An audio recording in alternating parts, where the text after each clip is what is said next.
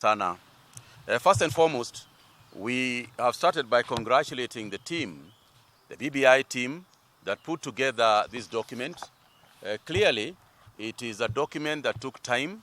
It is a document that took commitment and passion to put it all together. The purpose of today's meeting was basically to listen to some of the highlights that are in the document and for us to engage with some of the technical people who are involved in the collection of data, how they put it together, and why they did what they did.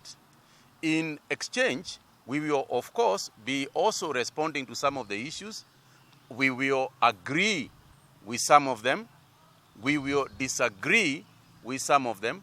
But by the end of the day, any constitutional amendment is a negotiated document where nobody gets everything and nobody gets nothing. That is the whole purpose of a negotiation. And therefore, today, we are looking at this document from a socio-economic and political perspective and looking at what is the interest of not just the Mount Kenya people, but how can Kenyans prosper through the use of this document. We recognized the purpose for which the document was put together and the background from where it came from. The idea of conflict in Kenya every 5 years is something that is detrimental not only to the social and economic well-being of the people, but even to the health of Kenyans.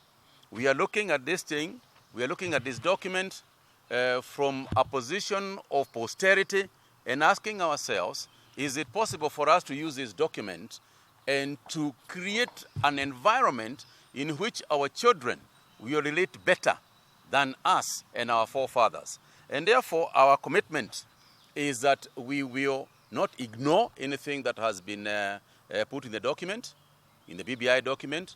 We will read it, because that is part of the purpose. You have just been given the document. We will read it, and we will give our views in as strong a term as we can.